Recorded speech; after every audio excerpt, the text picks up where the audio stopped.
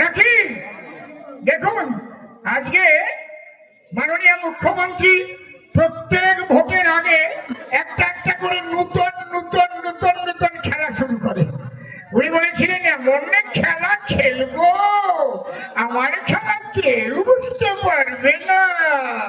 উনি খেলে দিয়েছেন, লক্ষ্মীর ভান্ডার বাড়িয়ে দিয়েছেন। কি কি খেলা খেলেছেন একটু হিসেব করুন। লক্ষ্মীর ভান্ডার বাড়িয়ে দিয়েছেন, যুব সাথী করেছেন, 1500 টাকা করে যুবকদের দেবার ব্যবস্থা করেছে।